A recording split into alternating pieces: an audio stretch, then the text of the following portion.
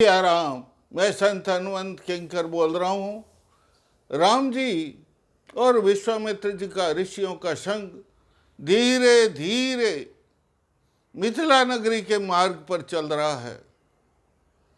एक कोस दूर से, एक योजन दूर से राम जी को भव्य भवन वाला नगर दिखाई देता है, जिसके स्वर्ण सौध, स्वर्ण राजप्रासाद, जिनके ऊपर कंचन कलश लक्ष लक्ष सूर्यों के समान चमक रहे हैं।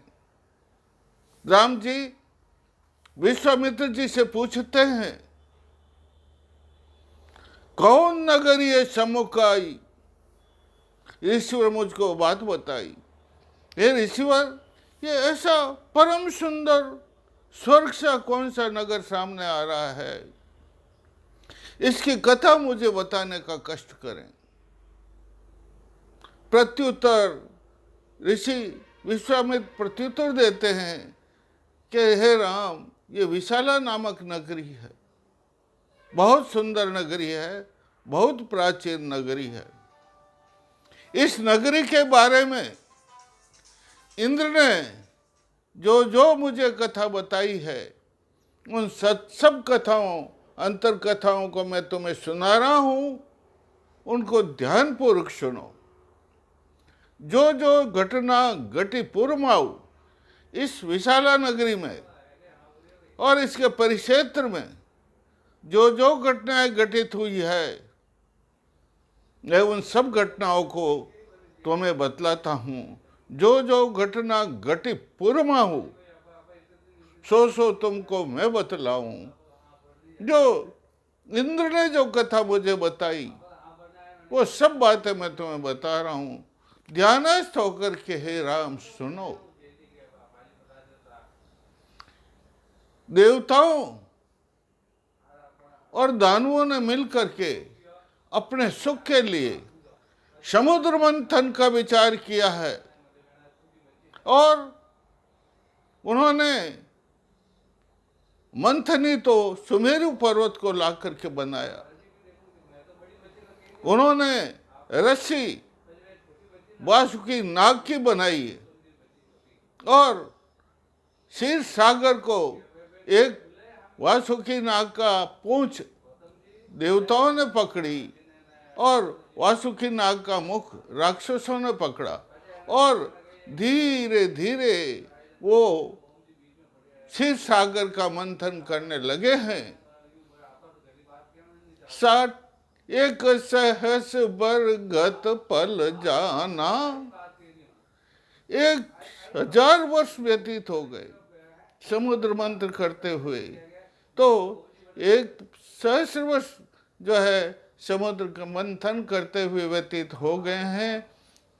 लेकिन उस समय में घटना घटित होती है, वो जो शेषनाग था, वासुकी नाग था, उसके 100 मुखों से एकदम हलाहल विष निकल और उस विष की भीषण ज्वालाओं में सब जलने लगे हैं। चारों ओर ज्वालाएं ज्वालाएं दिख रही है।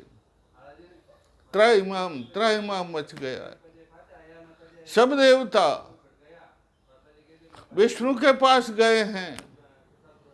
भगवान विष्णु हरि स्वयं पशुपति के नाथ गए हैं और पशुपति नाथ को जाकर के कहा है, हे पशुपति नाथ, आप बड़े दयालु हैं, आप बड़े कृपालु हैं। इस पृथ्वी पर, इन देवताओं पर, राक्षसों पर कृपा कीजिए।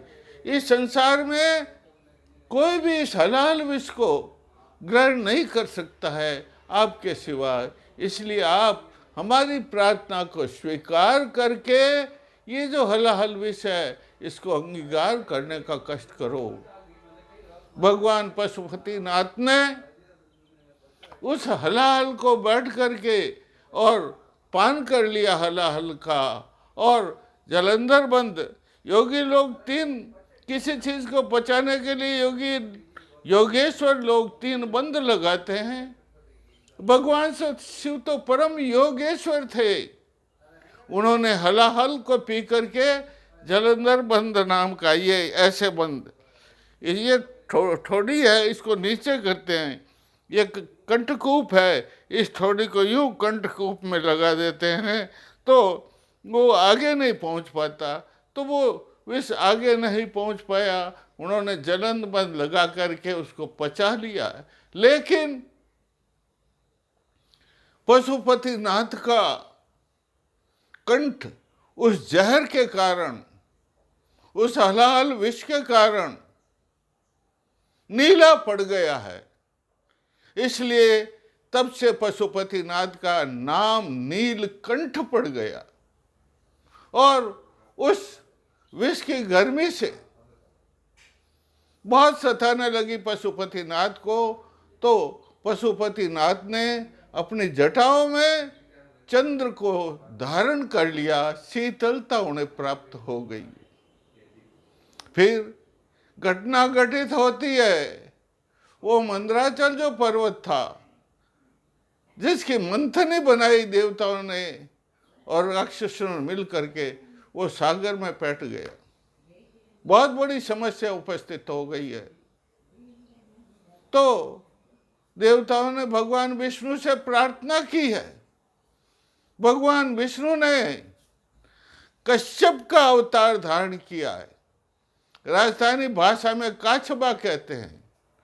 कश्यप का अवतार धारण किया और उस मंदराचल पर्वत को उठा कर अपनी पीठ के ऊपर रख लिया है।